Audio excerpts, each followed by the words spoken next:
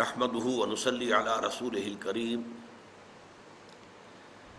اما بعد فقد قال الله تبارك وتعالى كما ورد في سورة لقمان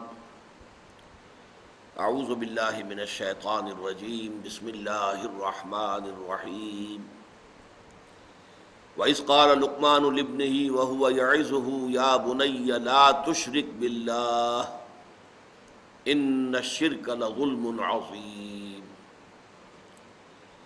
وقال تبارك وتعالى كما ورد مرتين في سورة النساء إن الله لا يغفر أن يشرك به ويغفر ما دون ذلك لمن يشاء صدق الله العظيم رب اشرح لي صدري ويسر لي أمري واحلل عقدة من لساني يفقهوا قولي اللهم ربنا ألهمنا رشدنا وأعذنا من شرور أنفسنا اللهم أرنا الحق حقا وارزقنا اتباعه وأرنا الباطل باطلا وارزقنا اجتنابه اللهم وفقنا لما تحب وترضى اللهم إنا نعوذ بك من الشك والشرك ربنا لا تجعلنا من المشركين آمین یا رب العالمین۔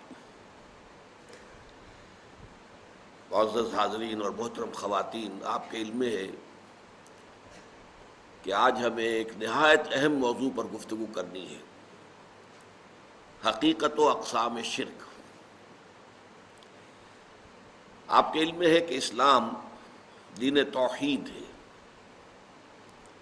اور توحید کی ضد یا اس کا اینٹونیم یا اس کا مخالف شرک ہے۔ تو واقعہ یہ ہے کہ اگر انسان غور سے کام لے، تدبر کرے اور بصیرت کے ساتھ باتوں پر غور کر سکے تو اسے یہ معلوم ہو جائے گا کہ ہمارے دین کی روح سے جو بھی خیر ہے، بھلائی ہے، حق ہے، خواہ اس کا تعلق عقائد سے ہو، نظریات سے ہو، خیالات سے ہو، افکار سے ہو، اعمال سے ہو، اخلاق سے ہو، وہ سب در حقیقت نقطہ توحید کی تفسیریں ہیں۔ ان سب کا تعلق کہیں نہ کہیں جا کر جو شجرہ طیبہ ہے توحید کا، اسے جڑ جائے گا۔ یہ سب کرونریز ہیں اصول توحید کی۔ اور اس کے برعکس شر، گمراہی، باطل، چاہے وہ خیالات سے متعلق ہو، نظریات و افکار سے متعلق ہو، عقائد سے متعلق ہو، یا اعمال سے متعلق ہو، اخلاق سے متعلق ہو، نیتوں سے متعلق ہو، شر جو بھی ہے وہ در حقیقت شجرہ خبیثہ جو شرک کا ہے اسی کے ثمرات ہیں۔ اس کا تعلق کہیں نہ کہیں جا کر شرک سے جڑ جائے گا۔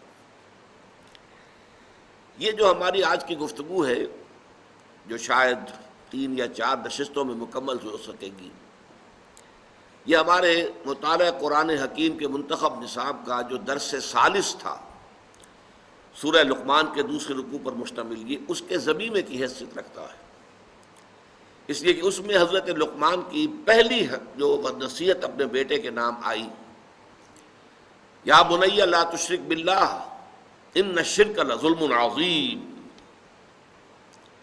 اے میرے بچے اللہ کے ساتھ شرک ہرگز مت کیجو، اس لیے کہ شرک بہت بڑا ظلم ہے، بہت بڑا ظلم ہے۔ اور یہ میں آپ کو بتا چکا ہوں کہ شرک میں یہ ظلم 2 میں سے ایک شکل اختیار کرتا ہے، یا تو اللہ تعالیٰ کو اس کے مقام رفیع سے گرا کر کسی اعتبار سے مخلوقات کی صف میں لا کر کھڑا کر دیا جاتا ہے، یہ بھی ظلم ہوا، اور یا مخلوقات میں سے کسی کو اٹھا کر محبت کے غلوب میں، عقیدت کے غلوب میں، مخلوق میں سے کسی ہستی کو اٹھا کر اور کسی پہلو سے، کسی اعتبار سے اللہ کے برابر کر دیا، یہ بھی ظلم ہے۔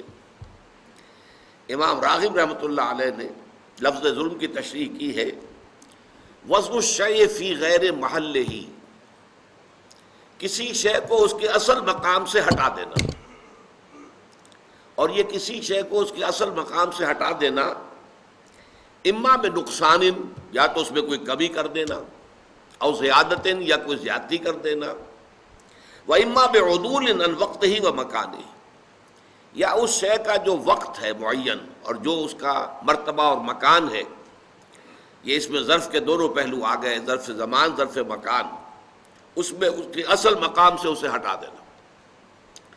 تو ان الشرک لظلم عظیم۔ پھر میں آپ کو بتا چکا ہوں سورہ نساء میں 2 مرتبہ یہ آیت آئی جو میں نے آج بھی تلاوت کی ہے آغاز میں، ان اللہ لا یغفر ان یشرک بہ، یہ آیت نمبر 48 اور 116 یہ آیات ہیں سورہ نساء کی۔ اللہ تعالیٰ فرماتے ہیں ان اللہ لا یغفر ان یشرک بہ، اللہ اس سے تو ہرگز معاف نہیں فرمائے گا کہ اس کے ساتھ شرک کیا جائے، وَيَغْفِرُ مَا دُونَ ذَلِكَ لِمَن يَشَاءُ، البتہ جو بھی اس سے کمتر ہوگا اس کو اللہ تعالیٰ بخش دے گا جس کو چاہے گا۔ اس میں بھی یہ واضح رہنا چاہیے کہ یہ اوپن لائسنس نہیں ہے کہ باقی سارے گناہ بخش دیے جائیں گے، لازماً نہیں، امید کی جا سکتی ہے۔ شرک سے بھی آدمی اس کے گناہ کے عذاب سے بچ سکتا ہے اگر توبہ کر لے، مرنے سے پہلے توبہ کرنے کی توفیق ہو گئی تو بچ جائے گا، لیکن بغیر توبہ کے شرک سے بچنے کا کوئی سوال نہیں، اس کے عذاب سے، اس کی سزا سے۔ لیکن بقیہ جو گناہ ہے، کسی کی نمازوں میں کمی رہ گئی ہے، کسی کے روزوں میں کمی رہ گئی ہے، کسی کا کوئی اور کوتاہی ہو گئی ہے، تو وہ اللہ تعالیٰ خاص طور پر اپنے حقوق کا جو معاملہ ہے، حقوق اللہ، اس میں یہ ہے جس شخص کو چاہے گا پوری فراخ دلی کے ساتھ معاف فرما دے گا، اس کی امید کی جا سکتی ہے۔ یہ تو ایک پہلو ہوا شرک کی اہمیت کا کہ اللہ تعالیٰ نے فرما دیا صاف صاف کہ اس کو میں نہیں بخشوں گا، نہیں معاف کروں گا۔ کانورسلی اسی بات کو قرآن اس طریقے سے واضح کرتا ہے کہ کسی انسان کے لیے، کسی بشر کے لیے سب سے بڑی سند، سب سے بڑا سرٹیفکیٹ، سب سے بڑا ٹیسٹیمونیل یہ ہے اللہ کی طرف سے کہ اللہ یہ مان لے کہ میرا یہ بندہ مشرک نہیں ہے۔ جو شرک سے بچ گیا گویا کہ وہ بہت بلند مقام پر پہنچ گیا۔ شرک سے جملہ اعتبارات سے بچ جانا، یہ نہیں کہ ایک شکل بت پرستی کی تھی وہ چھوڑ دی، لیکن اور پرستشیں جاری ہے، دولت کی پرستش جاری ہے، اس میں حلال اور حرام کی تمیز ہے ہی نہیں، تو یہ اگر جاری ہے تو وہ معاملہ اور ہے۔ لیکن جو شخص ہر نوع کے شرک سے بچ گیا، یہ گویا کہ بلند ترین مقام ہے، انسانیت کا اس سے اونچا مقام اور کوئی نہیں۔ یہی وجہ ہے کہ آپ قرآن مجید پڑھتے ہیں، تلاوت کرتے ہیں، حضرت ابراہیم علیہ السلام کا جہاں ذکر آتا ہے ان کے محامد اور ان کے محاسن، ان کے مقامات بلند جو مختلف امتحانات میں سے وہ گزرے ہیں، ان کا تذکرہ کر کے آخری بات جو کہی جاتی ہے وَمَا كَانَ مِنَ الْمُشْرِكِينَ، ابراہیم مشرکوں میں سے نہیں تھے، وہ ہر نوع کے شرک سے پاک ہو چکے تھے، ان کا دامن کسی بھی نوع کے شرک سے ملوث نہیں تھا۔ حالانکہ حضرت ابراہیم کا آپ کو معلوم ہے مقام کیا ہے، ایک طرف تو آپ کو معلوم ہے وہ ابو الانبیاء ہیں، ان کی اولاد میں سینکڑوں نبی پیدا ہوئے، سارے انبیاء بنی اسرائیل انہی کی نسل میں سے ہیں نا۔ اسرائیل کون تھے؟ حضرت ابراہیم کے پوتے، حضرت یعقوب ابن اسحاق ابن ابراہیم علیہم الصلاۃ والسلام، ان کی نسل میں جتنے بھی آئے۔ پھر سید المرسلین، آخر الانبیاء، خاتم النبیین محمد الرسول اللہ، وہ بھی حضرت ابراہیم کی نسل میں سے آئے، حضرت اسماعیل کی اولاد۔ تیسری شاخ ایک اور تھی حضرت ابراہیم کی اولاد کی، بنی قطورہ، ان میں بھی انبیاء آئے جن میں سے ایک کا نام بہت مشہور ہے حضرت شعیب علیہ السلام۔ تو سینکڑوں انبیاء، ابو الانبیاء ہیں یہ۔ پھر اللہ تعالیٰ کے ساتھ ان کی نسبت کیا ہے؟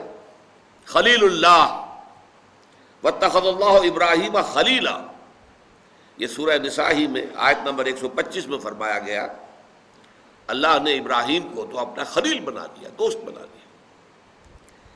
تیسرے یہ کہ فرمایا امام الناس، انی جاعلک للناس اماما، اے ابراہیم میں تمہیں تمام نوع انسانی کے لیے امام بنانے والا ہوں۔ یہ تینوں نسبتیں نوٹ کر لیجئے اور پھر اس بات کو سامنے رکھیے کہ ان کے لیے سب سے بڑا ٹیسٹیمونیل، سب سے بڑا سرٹیفکیٹ، سب سے بڑی سند وہ کیا ہے؟ وما کان من المشرکین۔ البتہ اب آئیے اس شرک کی ہمہ گیری کا کیا عالم ہے۔ ایک تو قرآن مجید میں ہی سورہ یوسف میں فرمایا گیا، آیت نمبر 106 ہے، وَمَا يُؤْمِنُ أَكْثَرُهُمْ بِاللَّهِ إِلَّا وَهُمْ مُشْرِكُونَ۔ جو لوگ اللہ کے ماننے والے ہیں، اللہ پر ایمان رکھتے ہیں، ان کی عظیم اکثریت بھی مشرکین پر مشتمل ہے۔ وَمَا يُؤْمِنُ أَكْثَرُهُمْ بِاللَّهِ، اور ان میں کی اکثریت نہیں ایمان رکھتی اللہ پر، الا وہم مشرکون، مگر یہ کہ کسی نہ کسی نوع کے شرک میں بھی مبتلا ہوتے ہیں۔ یہ ہے اصل موضوع ہمارا آج کا، کہ ہم پہچان سکیں شرک کن کن حالتوں میں آتا ہے۔ یہ اتنا وسیع ہے، اتنا ہمہ گیر برس ہے، یہ اس قدر اس کے شاخیں ہیں، اس کے شیڈز اتنے مختلف ہیں، اس کی صورتیں اتنی ہیں کہ واقعہ یہ ہے کہ اکثر و بیشتر پہچاننا مشکل ہو جاتا ہے۔ اور ایک خاص بات تو نوٹ کیجئے، ہر دور میں تاریخ انسانی کے یہ مرض جو ہے ایک نئی شکل میں ظہور پذیر ہوا ہے، ہر دور میں نئی شکل میں۔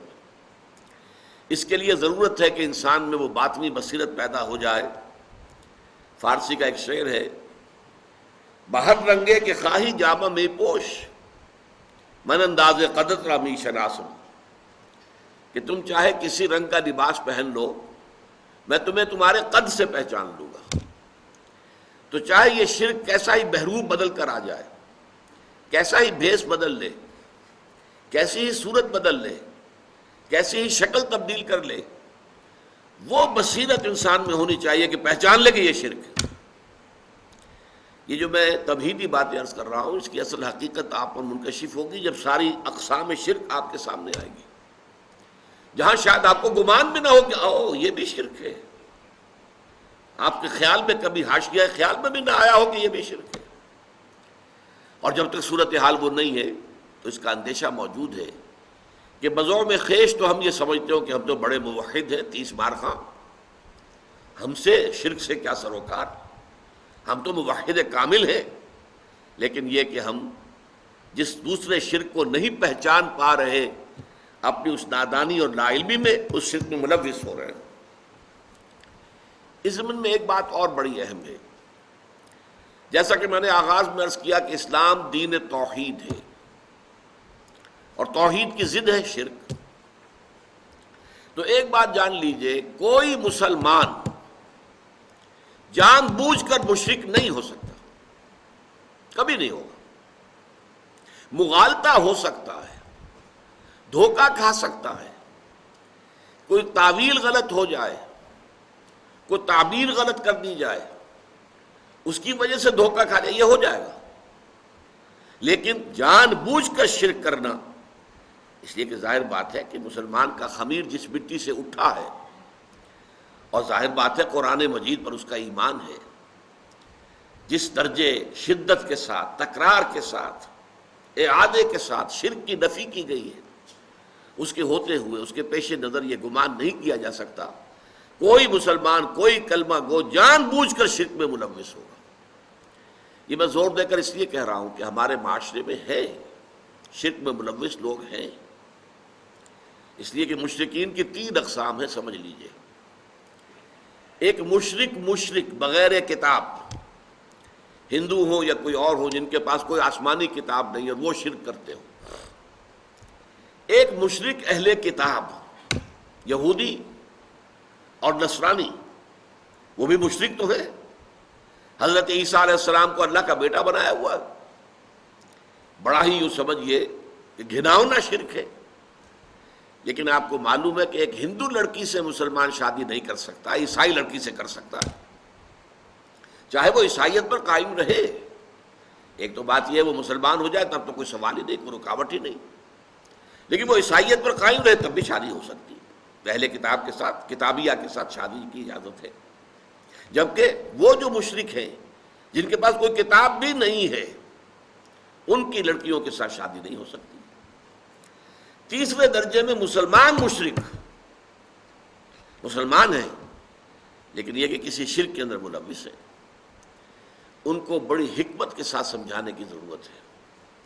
ان پر فتویٰ لگا دیا جائے تو اس سے اصلاح کا کوئی امکان نہیں ہے۔ ان کو اگر آپ کسی بھی پہلو سے ان کی بے عزتی کریں، ان کی توہین کریں، انہیں مشرک کہیں، تو آپ کی طرف ان کا کوئی رجحان پیدا ہوگا ہی نہیں، آپ کی بات تو سنیں گے۔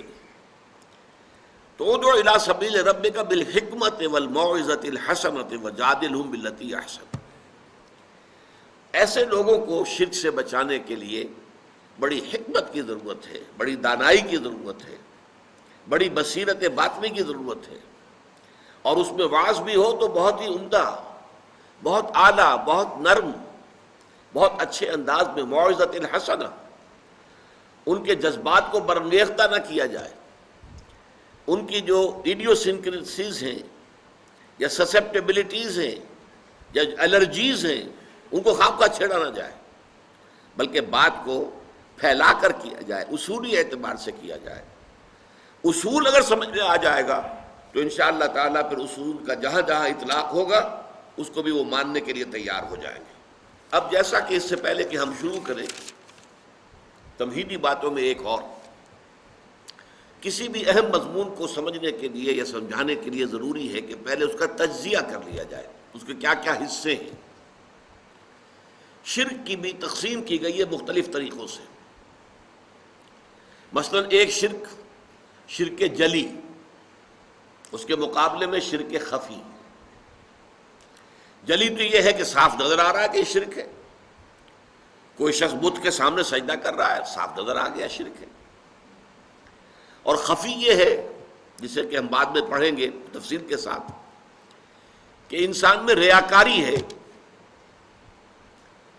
حدیث میں آتا ہے کہ اگر تم نماز پڑھ رہے ہو اور تم یہ دیکھو کہ کوئی شخص تمہیں دیکھ رہا ہے تو تم سجدہ لمبا کر دو تو یہ شرک ہے۔ پہلے تمہارا سجدہ فرض کیجئے 10 سیکنڈ کا تھا، جب تم نے دیکھا کہ کوئی تمہیں دیکھ رہا ہے تو اب اس کے اوپر اپنے تقویٰ، اپنے تدین، اپنی نیکی کا روب جھاڑنے کے لیے اب آپ نے 5 سیکنڈ کا اضافہ کر دیا، 15 سیکنڈ کا سجدہ کیا۔ یہ 5 سیکنڈ کس کو سجدہ کیا آپ نے؟ یہ اللہ کے لیے نہیں ہے، یہ اس شخص کو دکھانے کے لیے ہے۔ یہ شرک خفی ہے۔ ظاہر بات ہے کہ اس کو ہم دیکھ نہیں سکتے، اس پر فتویٰ نہیں لگ سکتا، یہ دل کا معاملہ ہے، اندر ہی اندر کا معاملہ ہے۔ اس میں صرف واعظ و نصیحت کی جائے گی، سمجھایا جائے گا کہ دیکھو بھائی یہ بھی شرک ہے۔ حضور نے فرمایا کہ شرک خفی کو پہچاننا اتنا مشکل ہے، ذرا آپ دیکھیے تمثیل، جتنا کہ کسی گھپ اندھیری رات کے اندر کسی سیاہ پتھر پر چلنے والی سیاہ چیونٹی کو دیکھنا مشکل ہے۔ کیا کیا چیزیں جمع کر دی حضور نے ایک تشبیہ کے اندر۔ رات انتہائی سیاہ ہے، پتھر انتہائی سیاہ ہے، اور اس پر سیاہ رنگ کی ایک چیونٹی چل رہی ہے، دیکھنا ممکن ہے؟ آپ نے فرمایا اتنا ہی شرک خفی کو پہچاننا مشکل ہے۔ تو شرک کی ایک تقسیم کیا ہوئی؟ شرک جلی اور شرک خفی۔ دوسری تقسیم شرک فی العقیدہ اور شرک فی العمل۔ ایک عقیدے کے اندر، نظریات میں، خیالات میں، عقائد میں شرک داخل ہو جائے، اور ایک یہ کہ عمل میں، عقیدے میں تو نہیں ہے، عمل میں ہے، یہ دوسری تقسیم ہو جائے گی۔ تیسری تقسیم امام ابن تیمیہ رحمۃ اللہ علیہ نے کی، شرک فی المعرفت اور شرک فی الطلب۔ اللہ کے پہچاننے میں شرک، ظاہر بات ہے ذات باری تعالیٰ کے اندر صفات اور ذات کے اعتبار سے کوئی شرک داخل کر دینا، یہ شرک فی المعرفہ، اللہ کی معرفت میں کمی ہو گئی۔ اور شرک فی الطلب کیا ہے؟ یہ ذرا بات سمجھنے کی ہے۔ ایمان کا تقاضا، توحید کا تقاضا کیا ہے؟ تمہارا مطلوب و مقصود اللہ کے سوا کوئی نہ رہے۔ لا مطلوب الا اللہ، لا مقصود الا اللہ۔ اگر اللہ کے سوا بھی کوئی تمہارا مطلوب اور مقصود بن گیا، یہ شرک ہے۔ ذریعے کے طور پر استعمال کرو، کوئی حرج نہیں۔ یہ دنیا برتنے کی شے برتو، دنیا کو مطلوب نہ بنا لینا، مقصود نہ بنا لینا۔ لا مقصود الا اللہ، لا مطلوب الا اللہ، یہ گویا کہ شرک فی العمل والی بات ہو جائے گی۔ یہ تقسیم ایک دوسرے کو اوور لیپ کر رہی ہیں، لیکن بڑی گہری بات کہی ہے کہ جو امام ابن تیمیہ نے کہی ہے، شرک فی المعرفہ اور شرک فی الطلب، مطلوب کے۔ لیکن میں یہاں جس پہلو سے، جس انداز میں تقسیم کر رہا ہوں اور اس کو بیان کروں گا، وہ یہ ہے، یہ زیادہ سائنٹیفک انداز ہے میرے نزدیک، واللہ عالم۔ وہ 3 قسم کا شرک ہے۔ شرک فی الذات، اللہ کی ذات میں کسی کو شریک کر دینا۔ شرک فی الصفات، اللہ کی صفات میں سے کسی کو کسی پہلو سے کسی صفت کے ہم پلہ بنا دینا۔ شرک فی الحقوق، جو اللہ کے حقوق ہیں ان میں کسی اور کو شامل کر دینا۔ شرک فی الذات، شرک فی الصفات، شرک فی الحقوق۔ ان چند تمہیدی باتوں کے بعد اب آئیے شرک فی الذات کیا ہے۔ شرک فی الذات کی پہلی بات تو یہ جان لیجئے کہ یہ بدترین شرک ہے، عریاں ترین شرک ہے، گھناؤنا ترین شرک ہے، اور اس پر اللہ تعالیٰ کا غضب بہت بھڑکتا ہے۔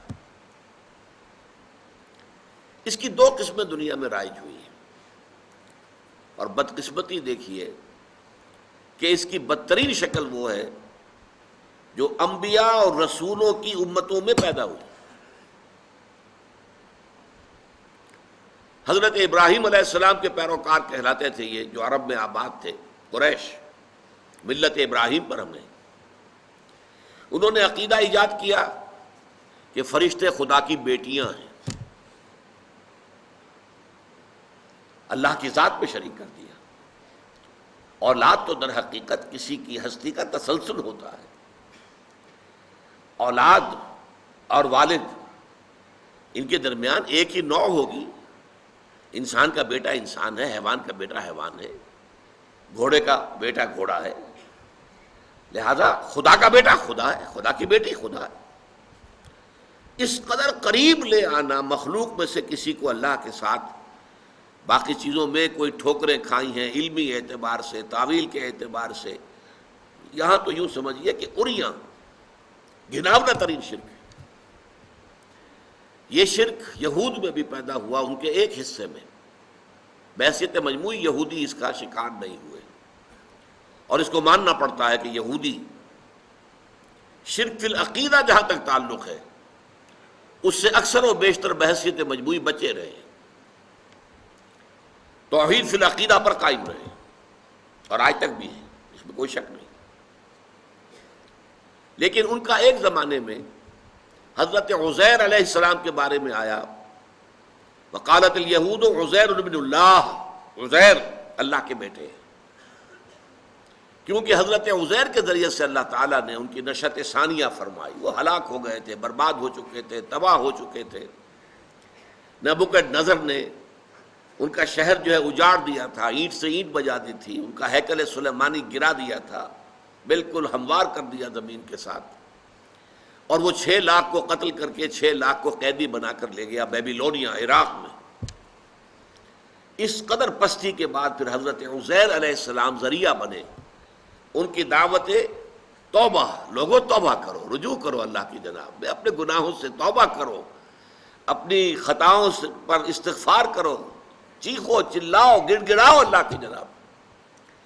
یہ جو ان کی توبہ کی پکار تھی، اس سے ان کے اندر ایک اصلاح کا عمل پیدا ہوا، پھر دنیا میں انہیں ایک سربلندی حاصل ہوئی۔ تو حضرت عزیر جو ہیں وہ یوں سمجھیے کہ ان کے مجموعی طور پر ہلاک اور ختم ہو جانے کے بعد اثر نو، ایک حیات تازہ جو انہیں ملی دنیا میں، ان کی تاریخ میں، تو وہ حضرت عزیر کے ذریعے سے۔ لہذا ان کی محبت، ان کی عقیدت، ان کا مقام اور مرتبہ جو ان کی نگاہ میں ہونا چاہیے تھا، اس کا نتیجہ یہ نکلا کہ انہوں نے اللہ کا بیٹا قرار دے دیا، ابن کے لفظ سے۔ البتہ اس کی وضاحت میں کر دوں گا کہ ابن اور ولد میں فرق ہے، لیکن یہ معاملہ جو ہے، جو پہنچا ہے اپنے کلائمیکس کو، نقطۂ عروج کو، وہ عیسائیوں کے ہاں حضرت عیسیٰ علیہ السلام کو خدا کا بیٹا قرار دیا، اور اس درجے آگے بڑھے صلبی بیٹا، یعنی تاکہ یہ نہ ہو کہ کوئی استعارہ ہم کہہ رہے ہیں، یہ استعارہ نہیں ہے، استعارۃً تو ہم سبھی اللہ کے بیٹے ہیں، اللہ ہم سب کا باپ ہے، جیسا اللہ تعالیٰ جو ہے بائبل میں بھی آتا، حضرت مسیح کہتے ہیں میرا اور تمہارا آسمانی باپ، جیسے باپ جو ہے اولاد کی پرورش کرتا ہے ایسے اللہ پالتا ہے تمہیں، تو ایک مشابہت ہے باپ میں اور اللہ میں، اس کی ربوبیت، لیکن وہ مشترک لفظ ہو میرا اور تمہارا آسمانی باپ، لیکن انہوں نے وہ حضرت مسیح علیہ السلام کو خاص صلبی بیٹا قرار دیا، ولد، اولاد، اصل اولاد، صلبی بیٹا۔ یہ جو بدترین شرک ہے، دیکھیے اس کا توڑ کرنے کے لیے قرآن مجید میں سب سے نمایاں تو وہ چھوٹی سی سورت، سورہ اخلاص، اور وہ ثلث قرآن کے مساوی قرار دی حضور نے، تہائی قرآن کے برابر ہے اپنے مرتبے اور اپنے مقام کے اعتبار سے۔ قل هو اللہ احد اللہ الصمد لم یلد ولم یولد ولم یکن لہ کفوا احد، کہہ دو وہ اللہ اکیلا ہے، تنہا ہے، تمام کائنات کا سہارا ہے، نہ اس نے کسی کو جنا نہ وہ جنا گیا، اور کوئی اس کا کفو نہیں ہے، ہم پلہ، ہم سر، برابر، کفو کا لفظ اردو میں بھی مستعمل ہے، برابری والے۔ تو چونکہ اولاد جو ہے وہ تو آپ کو معلوم ہے کہ پنجابی میں ایک لفظ استعمال ہوتا ہے شریکہ، یہ چچا تائے کے بیٹے جو ہیں یہ شریکہ ہوا نا ان کا، تو یہ تو گویا کہ اگر اللہ کے ساتھ کسی کو بیٹا بیٹی بنا دیا جائے تو شریکہ ہو گیا اللہ کے ساتھ، اور شریکہ جو ہے وہ دشمنی کی بنیاد ہوتی ہے۔ اسی طریقے سے بڑی پیاری آیت ہے سورہ بنی اسرائیل کی آخری، قل الحمد للہ الذی لم یتخذ ولدا ولم یکن لہ شریک فی الملک ولم یکن لہ ولی من الذل وکبرہ تکبیرا، کہہ دو کل تعریف، کل ثنا، کل حمد اس اللہ کے لیے ہے جس نے کسی کو اپنا بیٹا نہیں بنایا، اور نہ ہی اس کا کوئی شریک ہے بادشاہت میں، نہ ہی اس کا کوئی دوست ہے کسی کمزوری کی وجہ سے، اور تکبیر کرو اس کی جیسا کہ اس کی تکبیر کا حق ہے۔ اسی طرح سورہ کہف کے شروع میں فرمایا جس پر جو غضب آیا ہے، وَيُنذِرَ الَّذِينَ قَالُوا اتَّخَذَ اللَّهُ وَلَدًا مَا لَهُم بِهِ مِنْ عِلْمٍ وَلَا لِآبَائِهِمْ كَبُرَتْ كَلِمَةً تَخْرُجُ مِنْ أَفْوَاهِهِمْ إِنْ يَقُولُونَ إِلَّا كَذِبًا۔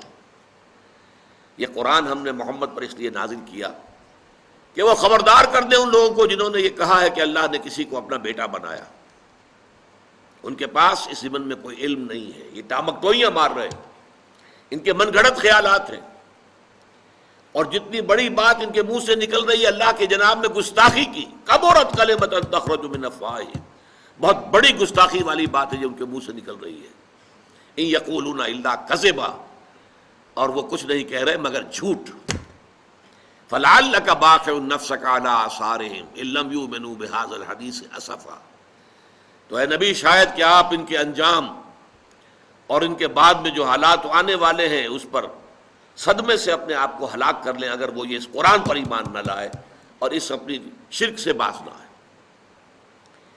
اس ضمن میں جو ضربہ سنام ہے قرآن مجید کا، ہر موضوع پر قرآن مجید کی ایک چوٹی کسی جگہ پر وہ مضمون جو ہے وہ اپنی انتہائی بلندی پر آ جاتا ہے، انتہائی بلندی پر۔ وہ ضربہ سنام جو ہے وہ سورہ مریم میں ہے، سورہ کہف کے فوراً بعد سورہ مریم ہے۔ وقالوا اتخذ الرحمن ولدا، انہوں نے کہا کہ رحمان نے کسی کو بیٹا بنایا۔ لقد جئتم شیئا ادا، دیکھو تم بڑی گستاخی کی بات کر رہے ہو، بہت بڑا گستاخی کا کلمہ تم کہہ رہے ہو۔ وہ کتنا بڑا گستاخی کا کلمہ ہے، تکاد السماوات یتفطرن منہ، قریب ہے کہ اس کی وجہ سے، اس گستاخی کی وجہ سے آسمان پھٹ جائیں، وتنشق الارض، اور زمین شق ہو جائے۔ وَتَخِرُّ الْجِبَالُ حَدًّا، اور پہاڑ دھماکے کے ساتھ زمین پر گر پڑے. أَن دَعَوْا لِلرَّحْمَٰنِ وَلَدًا، انہوں نے رحمان کے لیے بیٹا تجویز کیا. وَمَا يَنبَغِي لِلرَّحْمَٰنِ أَن يَتَّخِذَ وَلَدًا، اور رحمان کے یہ شایان شان ہی نہیں ہے کہ وہ کسی کو بیٹا بنائے. یہ بڑا پیارا نکتہ ہے، اس کو سمجھ لیجئے. شایان شان نہ ہونے کی مراد کیا ہے؟ دیکھیے، بیٹے کی آرزو اس کو ہوتی ہے جو خود فانی ہوتا ہے. مجھے معلوم ہے میں مر جاؤں گا، میرا وجود نہیں رہے گا، میرا بیٹا ہوگا، میرا نام چلے گا. انسان یہ سوچتا ہے کہ میری اپنی ہستی کا تسلسل میرے بیٹے کی شکل میں، بیٹے کے بیٹے پھر پوتے کی شکل میں میری ہستی کا تسلسل ہے. آخر ظاہر بات ہے کہ باپ کے نطفے سے بیٹا پیدا ہوا، بیٹے کے نطفے سے پوتا پیدا، وہ تسلسل تو ہے نا، وہ تسلسل ذات کا موجود ہے. تو در حقیقت بیٹے کی خواہش تو اس کو ہوگی کہ جو خود فانی ہے، جس کو ختم ہو جانا ہے، جس کے لیے دوام نہیں ہے. اللہ تعالیٰ کے لیے تو دوام ہے، ہمیشہ ہمیش، ہمیشہ ہمیش، ہمیشہ ہمیش. اس سے کسی بیٹے کی خواہش کیسے ہو جائے گی؟ تو وما ينبغي للرحمن، اللہ کے تو شایان شان ہی نہیں ہے ان يتخذ ولدا، کہ وہ کسی کو اپنا بیٹا بنائے. یہ میں نے عرض کیا کہ کلائمیکس ہے، اس موضوع پر ضربہ سنام ہے، بڑی گستاخی کی بات ہے. سورہ انعام میں فرمایا ہے بدیع السماوات والارض انا یکون لہ ولد ولم تکن لہ صاحبہ. بدیع وہ ہستی کہ جس کا کوئی آغاز نہیں ہے، ہمیشہ سے ہمیشہ سے ہمیشہ سے، جس کا مثل کوئی نہیں ہے. آسمانوں اور زمین کا بدیع ہے، یونیک. انا یکون لہ ولد، اس کی اولاد کیسے ہو جائے گی؟ ولم تکن لہ صاحبہ، جبکہ اس کی کوئی بیوی نہیں، اس کی کوئی جورو نہیں. ہندو مائتھولوجی میں تو آپ دیکھیں گے کہ خدا کی بیویاں بھی تجویز کی گئی ہیں، گاڈز اینڈ گاڈیسز. یہی معاملہ جو ہے رومن گریک مائتھولوجی میں بھی آپ کو نظر آئے گا. لیکن یہ ہے کہ عرب اس تصور سے خالی تھے. نہ یہود میں، نہ عیسائیوں میں، نہ عربوں میں یہ تصور نہیں تھا کہ خدا کی کوئی بیوی بھی ہے. حالانکہ عیسائیوں نے جو تثلیث جو ہے ایجاد کی تھی، تو جو اوریجنل تثلیث تھی اس میں 3 شامل تھے. گاڈ ایز فادر، وہ تو اللہ ہو گیا. گاڈ ایز سن، وہ مسیح ہو گئے، جیزس. گاڈ ایز مدر، حضرت مریم. لیکن انہیں گاڈ ایز وائف نہیں کہا ہے، اللہ کی بیوی انہیں نہیں قرار دیا. حضرت مسیح کی والدہ ہے، سن کی والدہ تو ہے، مدر آف دی سن، لیکن وہ اللہ تعالیٰ کی جورو یا اللہ کی بیوی قرار نہیں دی گیا. بعد میں انہوں نے اس میں ترمیم کی ہے. اب حضرت مریم کو تثلیث میں سے نکال دیا گیا. قرآن مجید میں ذکر ہے، اس لیے کہ جب قرآن نازل ہوا اس وقت جو ہے وہ تثلیث کے اندر یہ چیز شامل تھی. اب تو ان کی تثلیث کیا ہے؟ خدا، God is father, God is son Jesus, and number 3 the holy ghost, روح القدس، حضرت جبرائیل. وہ گویا کہ اقنوم سادس کی حیثیت سے اس تثلیث میں شریک ہے. بہرحال قرآن مجید نے کہا بدیع السماوات والارض انا یکون لہ ولد ولم تکن لہ صاحبہ. تم نے بیٹا بیٹی تو قرار دے دیا. اے ابراہیم کے ماننے والوں، اے موسیٰ کے ماننے والوں، اے عیسیٰ کے ماننے والوں، کسی نے اللہ کے لیے بیٹیاں تصنیف کر دی، کسی نے بیٹے تصنیف کر دیے، لیکن یہ تو تم بھی مانتے ہو کہ کوئی اس کی بیوی نہیں ہے. تو بیوی نہیں ہے تو اولاد کیسے ہو جائے گی؟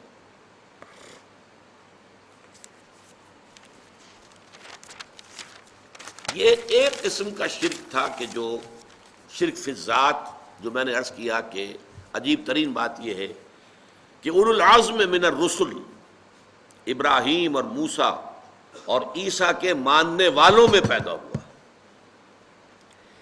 دوسری قسم کا شرک فی الذات جو ہے وہ فلسفیانہ مذاہب میں پیدا ہوا. یہ انڈو چائنا کا جو علاقہ ہے، ہندوستان اور چین اور درمیان میں ہند چینی. اس علاقے کے جو مذاہب ہیں وہ زیادہ تر فلسفیانہ فلوسافیکل ریلیجنز. ایک وہ ریلیجنز ہیں جو کسی آسمانی کتاب پر مبنی ہیں، اور وہ 3 ہیں: جوڈائزم، یہودیت، عیسائیت، اور نمبر 3 مسلمان. باقی یہ مذاہب، گوتم بدھ ایک فلسفیانہ مذہب ہے، اب جو بھی پیش ہوتا ہے دنیا میں گوتم صاحب کے نام سے. جین مت، مہاویر فلسفیانہ مذہب ہے. شنکراچاریہ ایک فلسفیانہ نظریہ ہے. اسی طریقے سے رامانج ایک فلسفیانہ نظریہ ہے.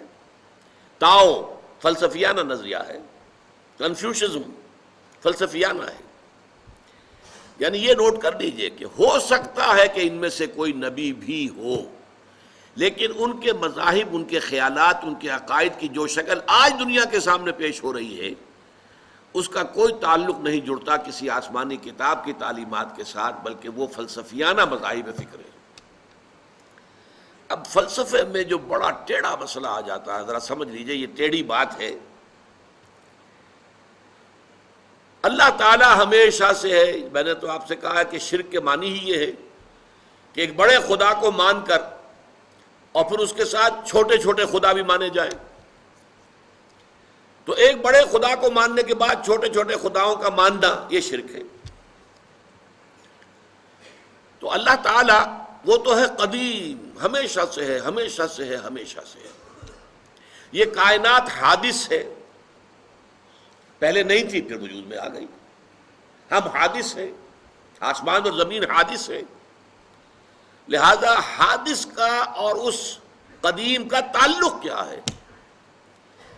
اس ہستی قدیم نے اس کائنات جو حادث ہے پیدا کیسے کیا؟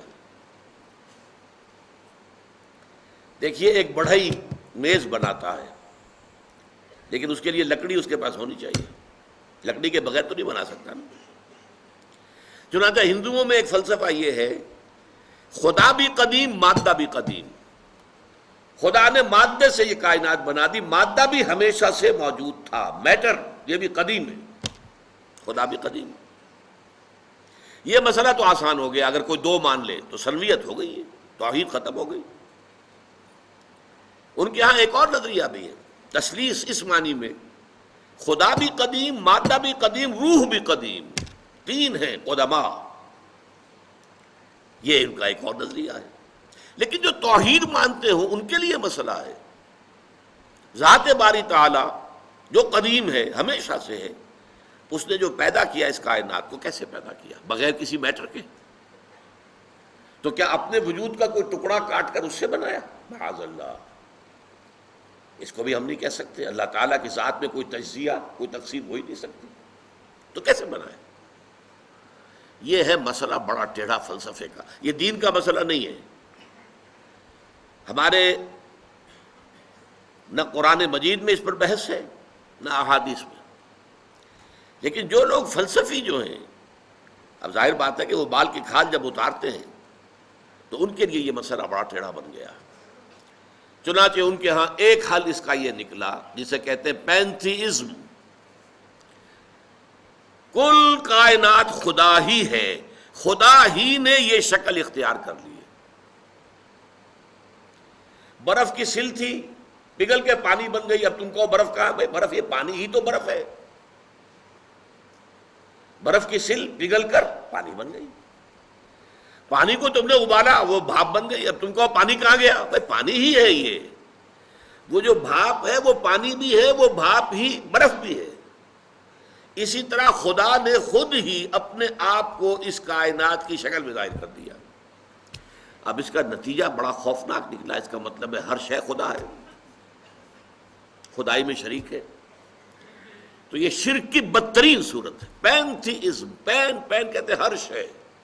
پینتھیزم، ہر شے کے بارے میں یہ ماننا کہ وہ در حقیقت خدا ہی کا ظہور ہے، خدا ہی کی ہستی کا حصہ ہے. یہ بدترین شرک ہے. ایک اور تصور ان مذہبیانہ جو فلسفیانہ مذاہب ہیں ان میں آیا، گاڈ انکارنیٹ. اللہ یا خدا کسی انسان کی شکل میں بھی ظاہر ہو جاتا ہے. یہ جو اوتار کا عقیدہ ہے، اوتار یہ کیا ہے؟ خدا نے اس کائنات میں کسی انسان کی شکل میں ظہور کر لیا۔ رام چندر جی اوتار ہیں ان کے کہنے کے مطابق، نعوذ باللہ من ذالک، نقل کفر نہ باشد، وہ اوتار ہے، خدا نے ان کی شکل اختیار کر لی اور دنیا میں آ گئے۔ ان کے ہاں اوتار کا عقیدہ جو ہے آپ کو معلوم ہے ہندوؤں میں بڑے بڑے وسیع پیمانے پر 9 10 اوتار وہ مانتے ہیں،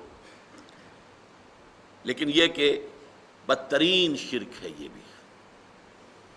تو پینتھیزم ایک وسیع پیمانے پر یہ شرک فی الذات کی بدترین صورت ہے، اور گاڈ انکارنیٹ، انکارنیشن، یا یہ کہ کسی انسان میں خدا حلول کر جاتا ہے، حلول و اتحاد ایجا محالست، یہ ناممکن ہے۔ ذات باری تعالی وراء الورا، وراء الورا ثم وراء الورا، اللہ بہت بلند ہے، بہت بلند ہے، بہت بلند ہے۔ یہ کائنات بہت پست ہے، بہت پست ہے، بہت پست ہے۔ ان دونوں کے مابین اس طرح کا کوئی رشتہ قائم کر دینا یہ اللہ کی جناب میں بہت بڑی گستاخی ہے۔ میں اگلی نشست میں واضح کروں گا کہ اللہ کا بہت بڑا فضل ہے یہ امت مسلمہ پر، کہ وہ ان دونوں قسم کی شرک فی الذات سے بحیثیت مجموعی تاحال، حالانکہ 1400 برس بیت چکے ہیں، یہ محفوظ ہے۔ یہ اللہ تعالیٰ کا شکر ہے، اللہ کا بڑا فضل ہے۔ اقول قولی ھذا واستغفر اللہ لی ولکم ولسائر المسلمین والمسلمات۔